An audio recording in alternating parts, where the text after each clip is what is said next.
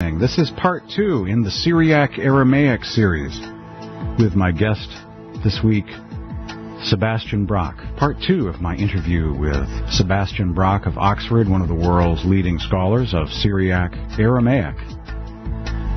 I want to share with you, before I begin the interview, a list of books, and you can request an email. Via email, you can request a copy of this list of recommended Sebastian Brock books and other Syriac books translated into the English language.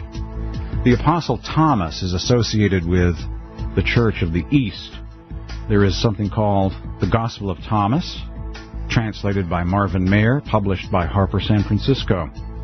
Another book of Thomas called Thomas the Spiritual Athlete, found along with 49 other books in the Nag Hammadi Scriptures, translated by Marvin Mayer, published by Harper One. The best translation of the Acts of Thomas the Apostle in India, from the Syriac dialect, containing the most material, including the hem of the pearl, is found in a book called Apocryphal Acts of the Apostles by William Wright, published by George Ohms Verlag of Germany. From Gorgias Press is the Brock Bundle, various books of Sebastian Brock. Gorgias Press also publishes books on the Mandaean Gnostics of Iraq and many other interesting books on Eastern Christianity. A list of other important key Syriac books from Gorgias Press and other publishers.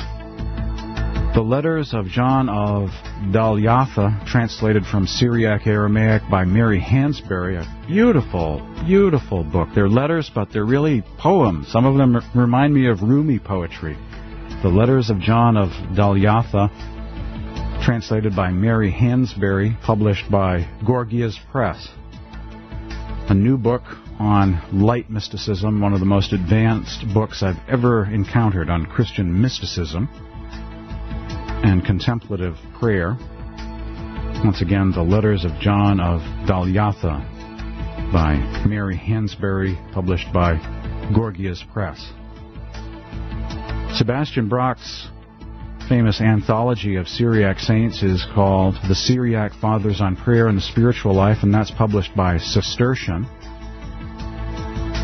There is a book called The Book of Common Prayer of the Syrian Church by Bede Griffiths, published by Gorgias Press. Daily Readings with St. Isaac of Syria, translated by today's guest, Sebastian Brock, published by Templegate. Sebastian Brock also has authored a book called The Luminous Eye, The Spiritual World Vision of St. Ephrem the Syrian, published by Scriptorium. He has translated some of the Odes of Solomon in a book called A Garland of Hymns, published by St. Athanasius's Coptic Publishing Center of McLean, Virginia. There is another translation of the Odes of Solomon called The Odes of Solomon, edited by Wayne Monblow, published by Loving Grace Books of Lafayette, New Jersey, USA. And there are other translations of the Odes of Solomon on my book list, my recommended book list of Syriac books, including books by today's guest, Sebastian Brock. If you'd like to receive a complete copy of this list, email me at this address, james@spiritualawakeningradio.com. When emailing, request my Syriac book list or book list of these Eastern saints, my Sebastian Brock Syriac book list. james@spiritualawakeningradio.com. I want to begin the interview today with Sebastian Brock by talking about the history. I want to get some background on the history of where these people come from, where this tradition of the East comes from, founded by the Apostle Thomas in Syria and Mesopotamia, that area of Syria and around the Persian Gulf, where the Church of the East, this Aramaic, Syriac-speaking path has its roots. The Church of the East generally seems to value Thomas as the apostle in the same way that Western churches see St. Paul as the founding apostle. So, just briefly, don't want to take too much time, but there is the view that Christianity came to Syria quite early. Of course, Paul's experience of the light on the road to Damascus, and you have an early connection to Syria, and then from there to the east. Yes, well, already in the Acts of the Apostles, Paul and his companions were traveling around. They went up to Antioch, and that's where Christians first got the name Christians. And although the narrative of the Acts of the Apostles takes Paul west, it's only probable, only likely that Christianity would have spread east, and probably in Aramaic rather than Greek. And it almost certainly reached Edessa, which is sort of the home of early Syriac Christianity. Edessa is now in southeast Turkey. Its modern name is Şanlıurfa. And there's the tradition which grew up and is first recorded around about 300, that the king of Edessa was one of the client kingdoms of the Roman Empire, that the king of Edessa, Abgar, corresponded with Christ. And there's a Syriac document and many translations into Greek and many other languages of the apocryphal correspondence between Abgar and Christ. Right. And it's a very famous legend, which is, if you go to Aleppo today, and if you go to the Edessene Church, there are two Syrian Orthodox churches in Aleppo, and the Edessene Church, which is where the community from Edessa ended up after the massacres in 1915, they have a sculpture portraying King Abgar and the messenger with the letter to and from Christ. So it's very much alive. That's a modern sculpture. And Christianity went to the east through the Persian Empire. And, yes, it reached the Persian Empire. Certainly, we don't have documentation until really the 4th century, when we've got several texts which imply that it's been long established. But the early centuries are always very mysterious, because we have very, very few sources. And Eusebius, who is our prime source for Christianity in the Roman Empire, he was only interested in writing the history of Christianity in the Roman Empire. We've got no equivalent for the Persian Empire. And if we didn't have Eusebius's church history, we would be in the same position with the Roman Empire, Eastern Roman Empire, as we are today for the Persian Empire. Simply a lack of sources. So it's not until the 4th century that we get a lot of sources suddenly starting up. The Church of the East has been described as the school of St. Thomas, sort of the Thomas zone of Christianity, and there are several books attributed to Thomas. Of course, Gospel of Thomas, Acts of Thomas. There's a book I've seen called The Psalms of Thomas, which probably were written later on. But well, that's a Manichaean work. That's a very interesting work. They're very beautiful, and except for one or two verses, you could understand them as Christian psalms. Yeah. But these stand up in a Coptic manuscript in Egypt in the, I think, the 30s, and they're not complete, unfortunately, but we've got about half the manuscript. The rest was destroyed in antiquity, probably. And they're very beautiful. And amongst these Manichaean Psalms, a group called the Psalms of Thomas. Yep. And there's an Apocalypse of Thomas I've seen.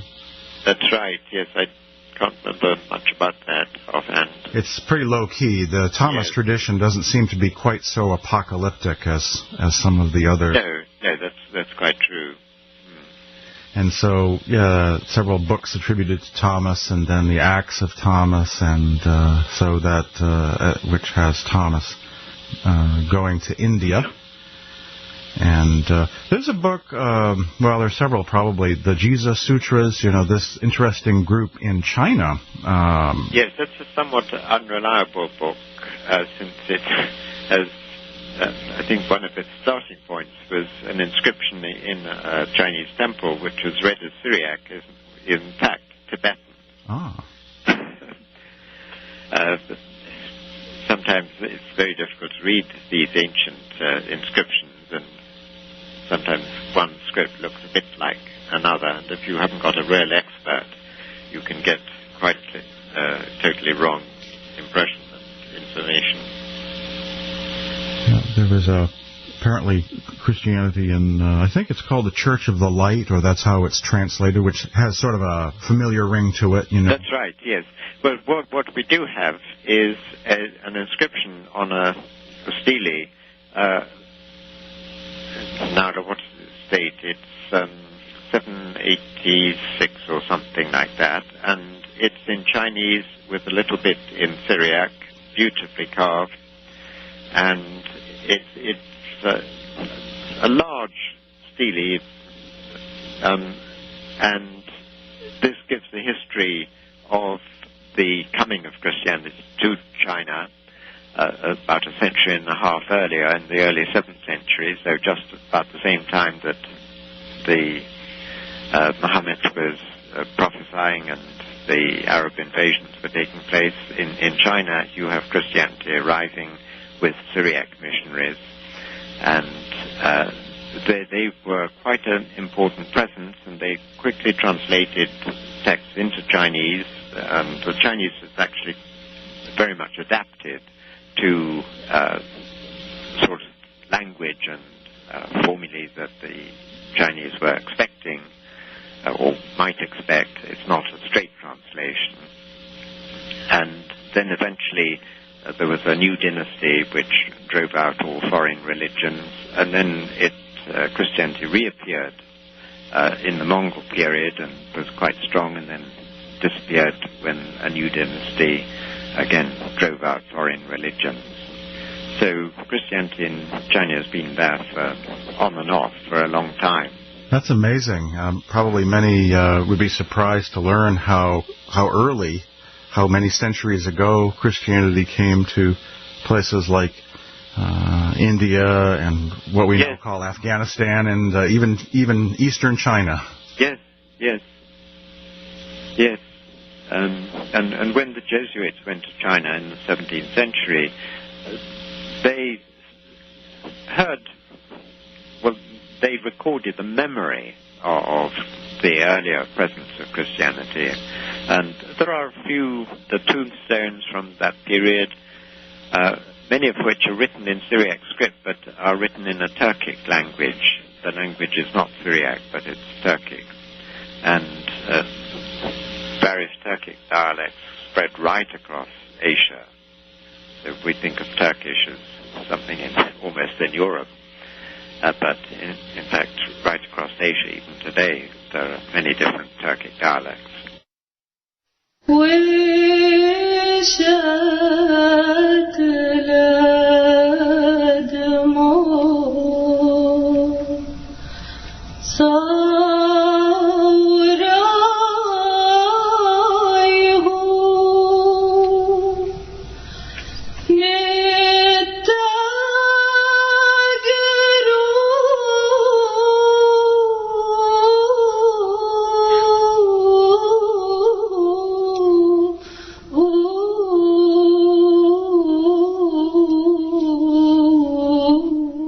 One of the early books of Syriac Aramaic is called the Book of the Odes, also known as the Odes of Solomon, and this is a verse from it, which has a Holy Spirit of feminine gender. I rested on the Spirit of the Lord, and she lifted me up to heaven and caused me to stand on my feet in the Lord's high place, before his perfection and his glory, where I continued glorifying him by the composition of his odes.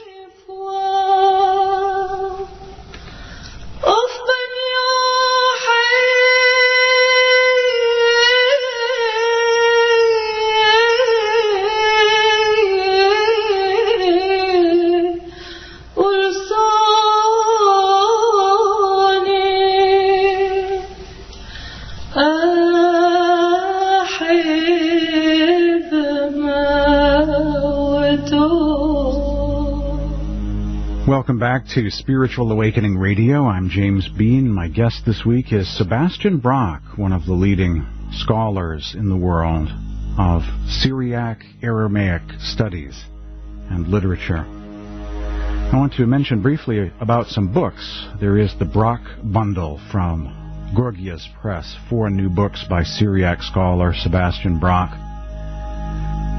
including The Wisdom of St. Isaac of Nineveh. That's a collection of sayings of wisdom. Select poems of Ephraim the Syrian, the Bible in the Syriac tradition, and another textbook known as Introduction to Syriac Studies. A couple of other books I want to mention from GorgiasPress.com. One is a book of prayers known as the Book of Common Prayer of the Syrian Church by Bede Griffiths, as well as a new book featuring a Syrian mystic by the name of John of Dalyatha. They are letters, but to me they remind me of poems. Some of them are very poetic. It's a book translated from Syriac by Mary Hansberry called The Letters of John of Dalyatha, also published by Gorgias Press. And John of Dalyatha was a Syriac mystic. A great book of Syriac mystics, a great anthology, of course, is Sebastian Brock's book called The Syriac Fathers on Prayer and the Spiritual Life, published by Scriptorium Press. And during this segment, I want to delve into the background about some of these Syriac saints who lived between the 4th and 8th centuries A.D., in some amazing places like northern Iraq and the Persian Gulf, eastern Syria. That's the home of Syriac Christianity.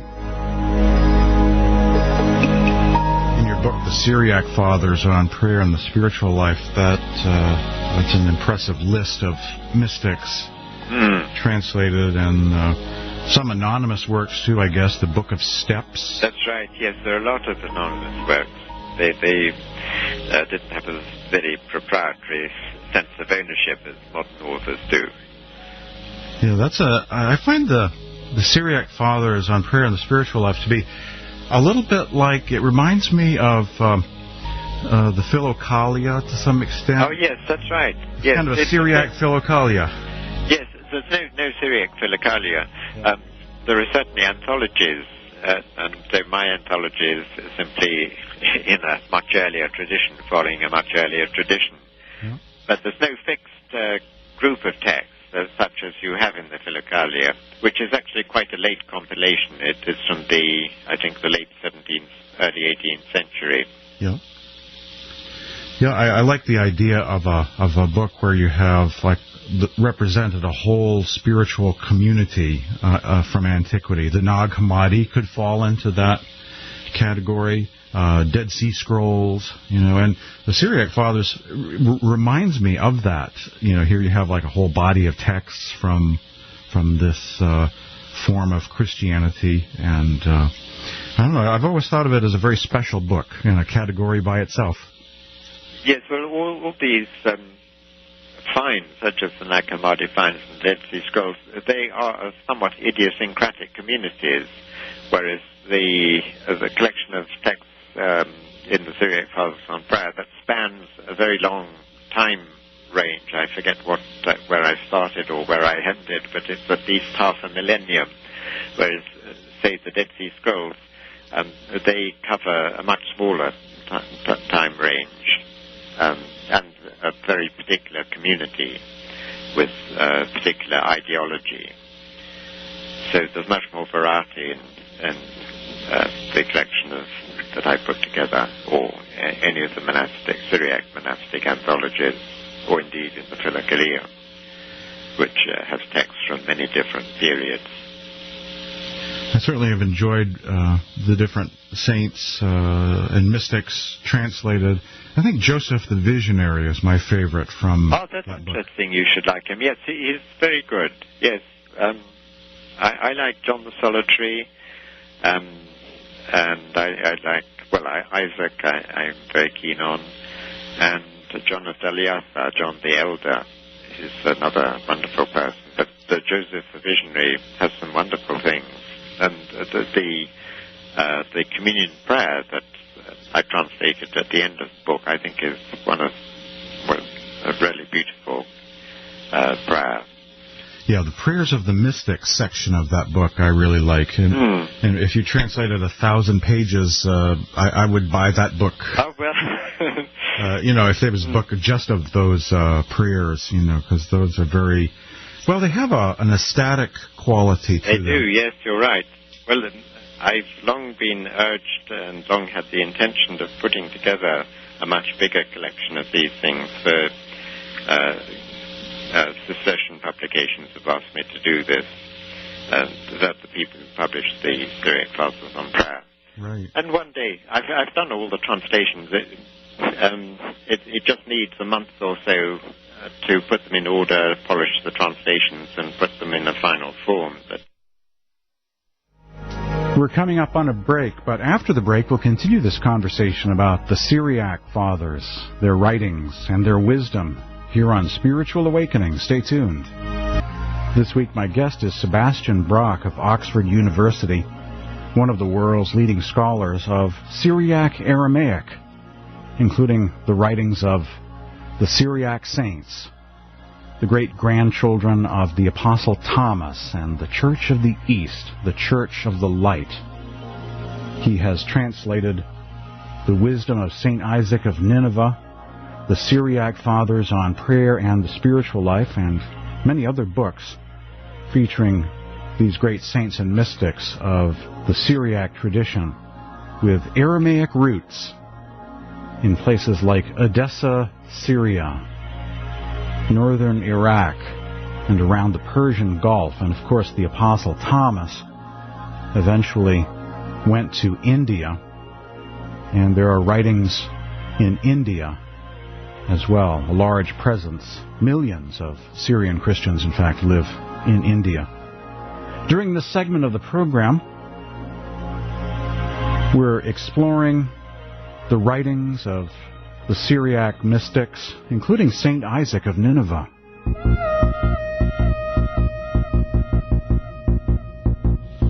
Yes, Isaac of Nineveh was one of the great writers of Christianity, one of the most widely read, as I understand it, in the monastic world. Yes, he's a very important ecumenical figure because he came from a church that was regarded by everyone else as heretical, so-called Nestorian. He's in fact from the Church of the East, that's quite definite, and he was a bishop in that church.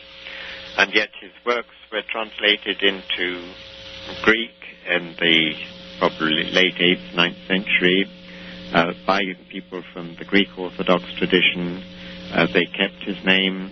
All that they did was alter some of the offensive names that were unpopular in the Greek tradition, and just substituted acceptable names from quotations and so on.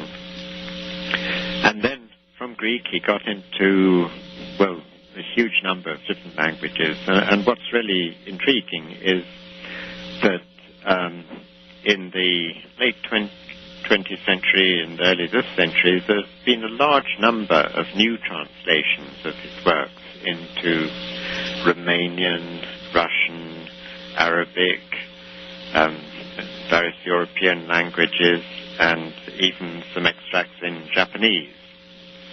So he's someone who's very widely read in all sorts of different church traditions. So he breaks down all the ecclesiastical boundaries that have been built up. And he probably would be pleased with that. Well, I'm sure he would. And so he's been the inspiration behind the revival of monasticism on Mount Athos in the Greek tradition and the revival of monasticism in the Coptic tradition. So both in the course of the late 20th century and both in traditions which historically have disliked the Church of the East. So it's a wonderful irony which pleases me that he's able to transcend all these divisions that we've created. Is part of that because some of his theology is ambiguous and therefore it's hard for him to be controversial because some aspects of his beliefs are not known and therefore don't trigger any red flags for anyone? Is that part of it? Certain things in his teaching which did trigger red flags even in his own community, and he was at one point condemned in one of his own church's synods. Yeah. But for the most part, his writing on the interior life, the spiritual life, and this doesn't touch on any of the controversial, certainly doesn't touch on Christology in the way which would have probably put other people's backs up. Yeah. So the subject matter is what has, as it were, carried him over borders, because it's subject matter of interest to anyone interested in the spiritual life. And he has the ability, I think, of talking to people in the 21st century, which very few writers of that period do. I find him wonderful. Yes, and in the other Syriac fathers and mystics, in the Syriac fathers on prayer and the spiritual life, I find to be that as well. Their spirituality is very strong, very amazing, and you certainly pick up on that. You know, there's something I think that could be very appealing to people of many different faith communities. Yes. From that wonderful collection of mystical texts, and yes. I've tried to find other Syriac father-like writings. There's the ascetical homilies of Saint Isaac that was published a few years back. That's a beautiful collection and beautifully translated. Yeah. It's pity it's out of print at the moment. It's out of print, and I gather. And I do have your book, The Wisdom of Saint Isaac. That's a small collection of very short sayings, yeah, which are often very penetrating. I enjoyed collecting those for that volume. We're coming up on a break. More with Sebastian Brock after the break here on HealthyLife.net.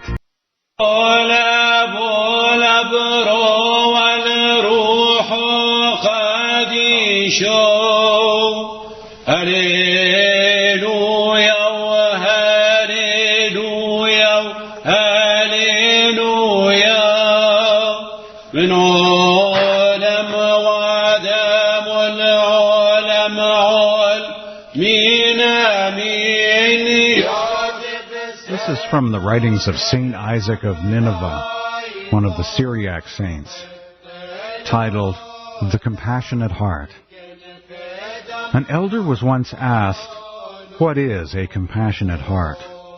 He replied, "It is a heart on fire for the whole of creation, for humanity, for the birds, for the animals, for the demons, and for all that exists." At the recollection and at the sight of them, such a person's eyes overflow with tears, owing to the vehemence of the compassion which grips his heart. As a result of his deep mercy, his heart shrinks and cannot bear to look on any injury or the slightest suffering of anything in creation. This is why he constantly offers up prayer full of tears, even for the irrational animals and for the enemies of truth, even for those who harm him, so that they may be protected and find mercy. He even prays for the reptiles as a result of the great compassion which is poured out beyond measure after the likeness of God in his heart.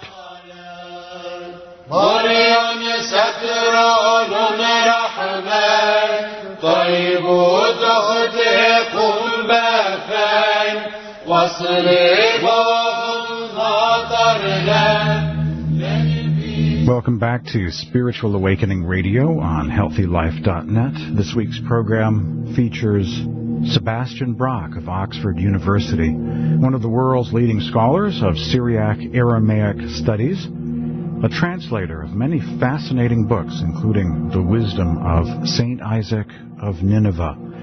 And we're talking about the Syriac saints of the East and the wisdom in this great, almost unknown literature of the East, the Syriac Fathers on prayer and the spiritual life. And there is a book, I think now, on John the Elder. Yes. I forget the author's name. Mary Hansbury. Yes, in fact, I saw her last night.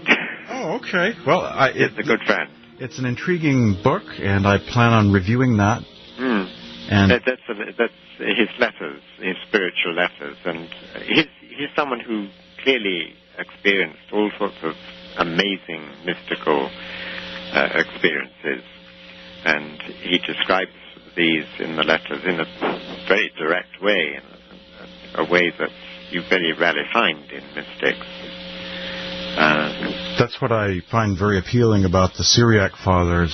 Joseph the Visionary, there's a section in that part of the book describing his own visionary experience of what some might call the uncreated light of the Holy Trinity. Yes, that's right. Yes. Yes, they seem to be less sort of, well, I don't know what to say, cautious about describing these things, because sometimes you find that mystics are very unwilling to, or unable perhaps, to try and describe their experiences, which are really beyond words. But I think John is someone who is so overwhelmed with the wonder of his experiences that he wanted to communicate them to his friends who probably had similar experiences. So these are, as it were, private letters now made very public. Ah. Well, I certainly find that to be incredibly valuable whenever that becomes something that you can study. Certain light mystics, their works are available. Of course, St. Isaac, I guess, would be in that category of a light mystic. Simeon, the new theologian, is another wonderful person. Yeah, and most of the Syriac Fathers seem to fall into that category. Yes, I think that's right. Yes. Though Isaac sometimes used the imagery of the cloud, which in fact turns out that this cloud is of brightness, which is so bright that it blinds you, and so you see it as darkness.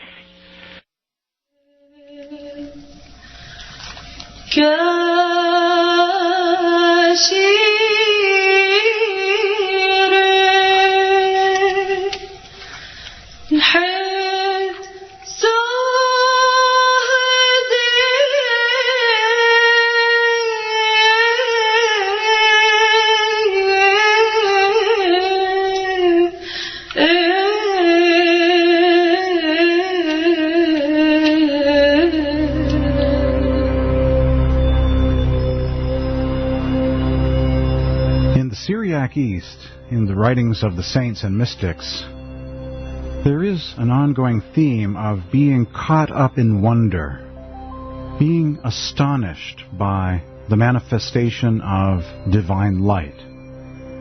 There is a stage of seeking followed by finding, another stage of being disturbed. After that, one becomes astonished and caught up in wonder, rules over all things, and enters into divine rest. John of Apamea wrote in the Syriac Fathers on Prayer and the Spiritual Life, What wonders has your love effected? When someone is still alive, he has left this world, though his bodily condition remains with the world's bodily condition. Yet his spirit has been raised up towards you, so that for a period of time he is where he knows not, being totally raptured and drawn towards you. This paragraph is found in the book The Letters of John of Delyatha, another Syriac father, translated by Mary Hansberry in a book published by Gorgias Press. So then, look at God within yourself, how God is light. For his nature is a glorious, many-splendored light. He manifests the light of his nature to those who love him in all the worlds. And he changes the image of those who see it to the likeness of his glory. Look within and see him in your being, united to you as fire to iron within the furnace, and as moisture in your body. To receive a book list of all these Syriac writings, email me at this address, james@spiritualawakeningradio.com.